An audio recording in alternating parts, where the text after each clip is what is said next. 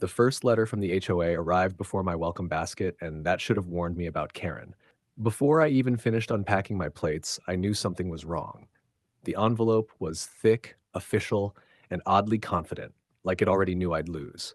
Inside was a fine, no explanation, no photo, just a dollar amount and a cheerful signature at the bottom. Karen's.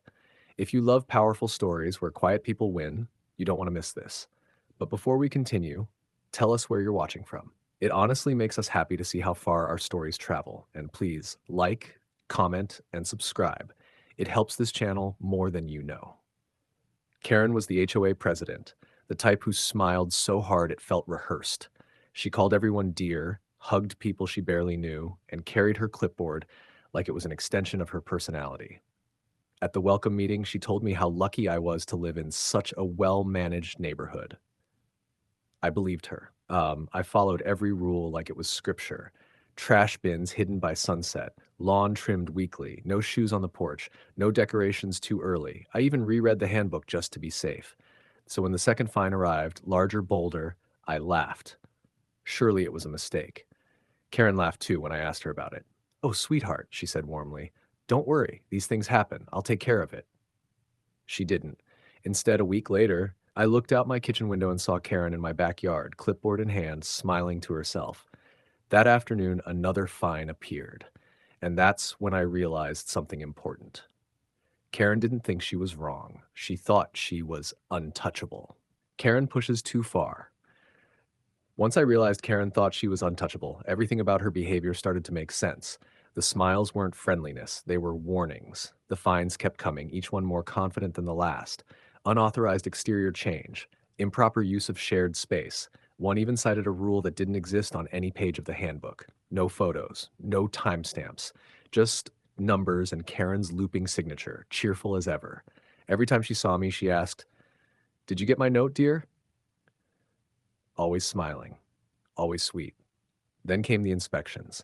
One afternoon, while making tea, I glanced out the window and nearly dropped the mug. Karen was strolling through my backyard like she owned it, clipboard tucked under her arm, nodding slowly, as if my fence had personally disappointed her. I didn't confront her. I waved. She waved back. That evening, another fine appeared. This one marked final notice. I sat at my kitchen table, reread the handbook, and laughed. Not nervously, not angrily, genuinely. Because right there, under a section Karen loved quoting at meetings, were the rules she herself had written. No unannounced inspections, no entering private property, no enforcement without documentation, and a very detailed paragraph about board member conduct. Karen had broken every single one, so I stopped reacting and started recording. Dates, times, notices, even the exact phrases she used when she smiled and said, "I'm just doing my job." By the time the next HOA meeting was announced, my folder was thick. Karen walked in confident that night, clipboard in hand. She had no idea she'd already fined herself out of power. The HOA meeting room buzzed with polite boredom. Folding chairs, lukewarm coffee. Karen at the front, smiling like a hostess at a brunch no one wanted to attend. She opened the meeting with her usual syrupy tone. "Let's keep this respectful, neighbors. We're all one big community." Then she called my name. Karen cleared her throat and adjusted her glasses. "We've had ongoing compliance issues." She smiled directly at me. "Nothing personal, dear, just rules." I stood up calmly, holding my folder. "I agree," I said. "Rules matter." That was the first crack. Karen blinked, just once, then nodded, inviting me to continue. Confident I had nothing but excuses. I didn't raise my voice. I didn't accuse her. I simply read. Dates of fines, photos she never submitted, sections of the HOA handbook she'd quoted, followed immediately by the sections she violated. I even repeated her favorite line, "I'm just doing my job." The room went quiet. A neighbor raised a hand. "Wait, board members can't enter private property." Another asked, "Why weren't these violations voted on?"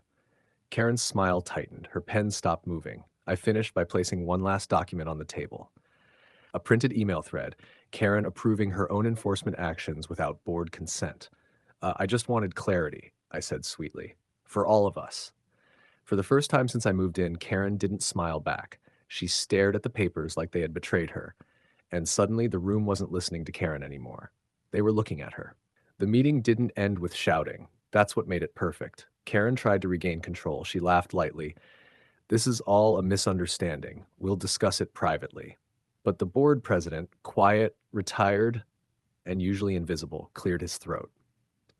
No, he said. We'll discuss it now. Karen froze. One by one, neighbors spoke up.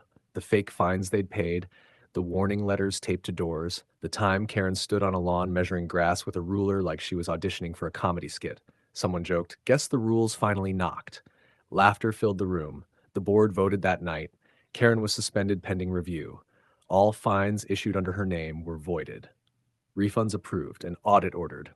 Karen packed her bag in silence. A week later, she knocked on my door. No clipboard, no smile. I just wanted to say, she paused, searching for power that wasn't there anymore. Things got out of hand. I nodded kindly. They usually do when people forget their neighbors first. She left without another word. Spring came. Lawns grew wild and happy. Kids rode bikes again without Karen's shadow hovering over them. And me? I framed my refund check, not for the money, but for the reminder. Power borrowed without kindness always gets returned. With interest.